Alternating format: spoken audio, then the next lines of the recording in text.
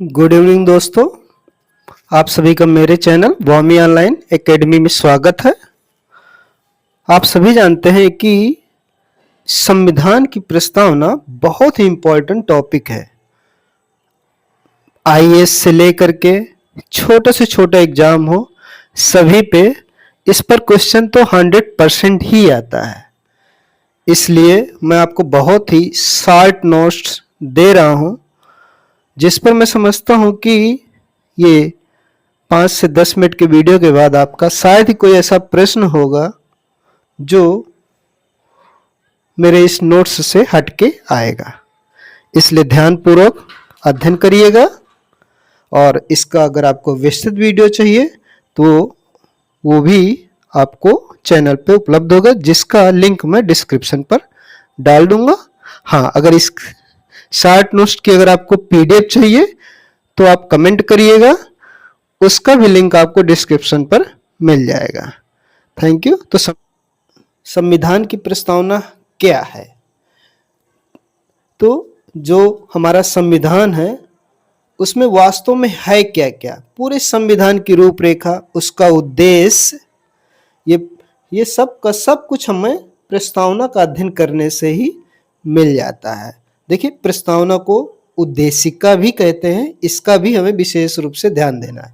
संविधान की प्रस्तावना है, हम भारत के लोग भारत को एक संपूर्ण प्रभुत्व संपन्न। तो देखिए, उसको मैंने नहीं लिखा हुआ, नहीं बहुत ज़्यादा बड़ा हो जाएगा, वो आपकी बुक्स में तो लिखा ही रहता है, इसलिए आगे डॉट डॉट डॉट करके आत्मार्पित करते हैं तक है, तो इतना आप समझ जाएंगे। तो देखिए, इसकी जो मेन पॉइंट्स है वो मैं आपको जरूर बताऊंगा, ताकि आपके मन में ये सारा का सारा नोट्स बैठ जाए। कि देखिए, कई बार आता है प्रश्न कि संविधान की प्रस्तावना में कब संशोधन हुआ, क्या संशोधन हुआ। तो आपको याद रखना है कि हमारे संविधान की प्रस्तावना में केवल एक ही बार संशोधन हुआ है। कितनी बार संशोधन हुआ है? Only 1 times. ओके। और कब हुआ है? ये 42वें संविधान संशोधन 1976 द्वारा हुआ है। ठीक है। और इसमें हुआ क्या था? तो इसमें हमारे संविधान में संशोधन के द्वारा समाजवादी, पंथ निरपेक्ष और अखंडता शब्द जोड़े गए हैं। ध्यान देना है, इतना ही जोड़ा गया है। एक समाजवादी, पंथ निरपेक्ष और अखंडता, ये 3 शब्द जोड़े गए हैं। इसके अलावा कुछ नहीं हुआ है। अगर प्रश्न में आपके आता है और भी कुछ, तो आप उसको क्या कर देंगे? गलत कर देंगे। ठीक है ना। तो ध्यान देना है कि संविधान द्वारा प्रस्तावना में जोड़े गए शब्द क्या क्या हैं, तो ये आपको तीनों मिल जाएंगे। ठीक है ना। अब कई बार पूछा जाता है कि प्रस्तावना को कब अपनाया गया है, तो जब आप प्रस्तावना को पढ़ेंगे तो उसमें साफ साफ उसमें लिखा है कि प्रस्तावना को 26 नवंबर 1949 को अपनाया गया है। अब देखिए, प्रस्तावना में कई बार प्रश्न आता है कि क्या प्रस्तावना न्याय योग्य है, तो आप बताएंगे नहीं। देखिए, प्रस्तावना क्या है? न्याय योग्य नहीं है। केशवानंद भारती वाद में स्पष्ट रूप से, जो केरल का वाद था उसमें स्पष्ट रूप से बताया गया है, 13 जजों की पीठ जो बैठी थी उसमें स्पष्ट रूप से बताया गया है कि प्रस्तावना न्याय योग्य नहीं है। उसके बारे में देखिए, हम इसी में विस्तार से अध्ययन करेंगे नोट्स में। ठीक है ना।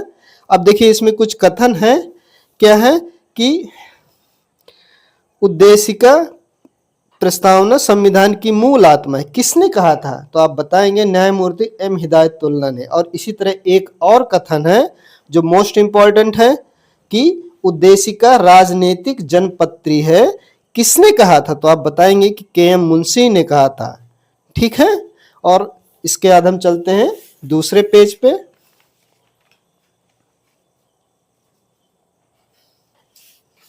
देखिए, एक और इंपॉर्टेंट प्रश्न है, संविधान द्वारा प्रदत्त संप्रभुता निहित है, किसमें है?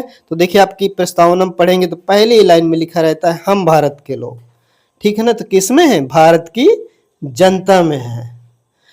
अब देखिए है कि क्या प्रस्तावना में संशोधन कर सकते हैं कि नहीं कर सकते हैं, ये इंपॉर्टेंट प्रश्न है। तो देखिए, जो वर्तमान स्थिति है, आप बताएंगे कि हाँ, प्रस्तावना में हम संशोधन कर सकते हैं। 1973 से व्यवस्था दी गई है कि प्रस्तावना में संशोधन किया जा सकता है, लेकिन ऐसा कोई भी हम संशोधन नहीं कर सकते हैं कि उसका मूल ढांचा ही हम नष्ट कर दें। ठीक है। अब इसमें पूछता है कि प्रस्तावना में कितने प्रकार के न्याय मिलते हैं, तो आप बताएंगे प्रस्तावना में 3 प्रकार के न्याय है। कौन कौन से? सामाजिक, आर्थिक और राजनीतिक न्याय, ये 3 प्रकार के न्याय हैं। देखिए कई बार पूछता है कि 26 नवंबर को विधि दिवस मनाया जाता है, क्यों मनाया जाता है? तो हम बताएंगे कि देखिए 26 नवंबर को क्या हुआ था, हमारा संविधान जो लिखा गया था उसी दिन पारित हुआ था और उस दिन इसे आंशिक रूप से लागू भी कर दिया गया था। इसलिए चूंकि जो हमारा संविधान है वो सबसे बड़ा कानून है, जब भी कोई भी निर्णय किया जाता है तो सबसे पहले आप देखेंगे, ये आपको नहीं पता है तो आप समझ लीजिए कि कानून के अनुसार जो सबसे बड़ा कानून है देश का संविधान है, उसके अनुसार निर्णय होता है। इसके बाद इसका हमें ध्यान देंगे। अब देखिए प्रस्तावना में कितने प्रकार की स्वतंत्रता है, तो आप पढ़ेंगे कि विचार, अभिव्यक्ति, विश्वास, धर्म और उपासना की स्वतंत्रता। इस प्रकार से प्रस्तावना में 5 प्रकार की स्वतंत्रताएं हैं। वर्तमान स्थिति देखिए एक बार फिर से समझ लीजिएगा कि संविधान में हमारा क्या है, एक ही बार संशोधन हुआ है। कब हुआ? 42वें संविधान संशोधन हुआ है। इसमें देखिए 3 प्रकार की न्याय की बातें की गई हैं, 5 प्रकार की स्वतंत्रता की बातें हैं। इसको लागू किए कब किया गया था? 26 नवंबर 1949 ईस्वी को। ओके, इसके बाद थोड़ा सा और समझते हैं। पेज नंबर 3 में आते हैं। देखिए प्रस्तावना से संबंधित कुछ वाद हैं, ठीक है ना। प्रस्तावना से संबंधित क्या है? कुछ वाद है, कानूनी वाद है, जो इनसे संबंधित प्रश्न जितनी भी बड़ी परीक्षाएं हैं आपके आईएएस की हैं, पीसीएस की हैं, इनमें अक्सर पूछ लेता है। तो देखिए 2 वाद आपको विशेष रूप से याद रखना है। एक है आपका एनरी वेरुवारीवाद जो 1960 में हुआ था, ठीक है। इसमें जो रिजल्ट आया था उसमें यह था कि ये आया था कि प्रस्तावना संविधान का अंग नहीं है, और जब ये संविधान का अंग नहीं है तो आप संविधान संशोधन भी नहीं कर सकते हैं, ठीक है ना। फिर इसके बाद केशवानंद भारती बनाम केरल राज्य का मामला आया था 1973 में, जब इसमें रिजल्ट आया था। इसमें 3 प्रकार का रिजल्ट है। इसका आपको विशेष रूप से ध्यान देना है कि प्रस्तावना संविधान का अभिन्न अंग है। इसमें 13 जजों की पीठ थी। कितने? 13 जजों की पीठ थी। आज तक इतनी बड़ी संविधान पीठ हमारी नहीं बनी है, ठीक है ना। अब देखो कभी कभी प्रश्न पूछ लेता है कि जो संविधान पीठ बनती है कितने जजों की बनती है, ठीक है ना। तो आपने पढ़ा होगा पंच परमेश्वर है, मुंशी प्रेमचंद जी का है, तो उसमें कितने? कम से कम 5। पंच के लिए 5 जरूरी है, इसलिए संविधान पीठ बनने के लिए कम से कम 5 जजों की पीठ बनना मोस्ट इंपॉर्टेंट होती है। 5 जज से कम होगी तो हमारी संविधान पीठ नहीं कहलाएगी, ठीक है। तो उसमें जो निर्णय आया था ये था कि प्रस्तावना संविधान का अभिन्न अंग है, और जब संविधान का अभिन्न अंग है तो आप समझ सकते हैं कि उसमें संशोधन भी संभव है, ठीक है। लेकिन इसमें भी एक शर्त लगा दी गई है कि कोई भी आप संशोधन तो कर सकते हैं, लेकिन प्रस्तावना के मूल ढांचे को छोड़कर कर सकते हैं। ऐसा कोई संशोधन कर ही नहीं सकते जिससे कि प्रस्तावना पूरी तरह से बदल ही जाए, जो कहना चाहता है उसका उद्देश्य ही खत्म हो जाए, ठीक है ना। और एक चीज और है, उद्देशिका जो है प्रस्तावना क्या है? न्याय योग्य नहीं है।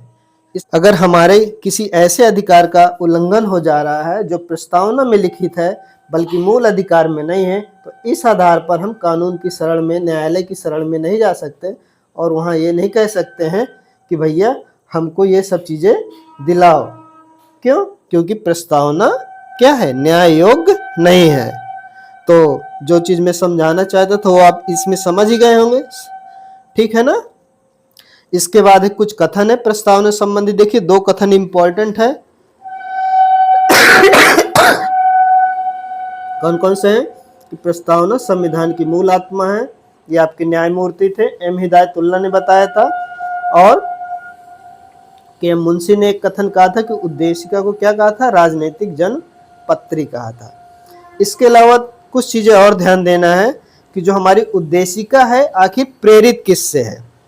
एक तो प्रेरित है ये उद्देश्य प्रस्ताव से और दूसरा प्रेरित है ये ऑस्ट्रेलिया के संविधान से। ये उद्देश्य प्रस्ताव क्या होता है, तो देखिए आपका ये उद्देश्य प्रस्ताव वो उद्देश्य प्रस्ताव जो जवाहरलाल नेहरू ने संविधान सभा के संविधान बनाते समय जो प्रस्तुत किया था वो उद्देश्य प्रस्ताव है। तो मैं समझता हूँ आपको रिकॉल हो गया होगा कि उद्देश्य प्रस्ताव क्या है। जो जवाहरलाल नेहरू जी ने प्रस्तुत किया था वही उद्देश्य प्रस्ताव है। और ऑस्ट्रेलिया का संविधान तो आप समझ ही गए कि ऑस्ट्रेलिया एक देश है, ठीक है ना। और ये हो गया आपका इसमें। और प्रस्तावना के बारे में आपको विस्तृत, और यदि आपको मेरा ये प्रयास अच्छा लगा हो तो आप लोगों से विनम्र निवेदन है कि मेरे चैनल को सब्सक्राइब करिए और मेरा उत्साहवर्धन करने की कोशिश करिएगा, ताकि आपको इसी तरह का भी कुछ शॉर्ट नोट्स आपको मिलता रहे। और मैं समझता हूँ कि आपको जितने भी प्रश्न आ रहे होंगे प्रस्तावना से वो इन्हीं में से आएंगे। इसके अलावा और भी जो प्रश्न बन रहे हैं प्रस्तावना से वो मैं आपको अगले वीडियो में दे दूंगा। Thank you very much.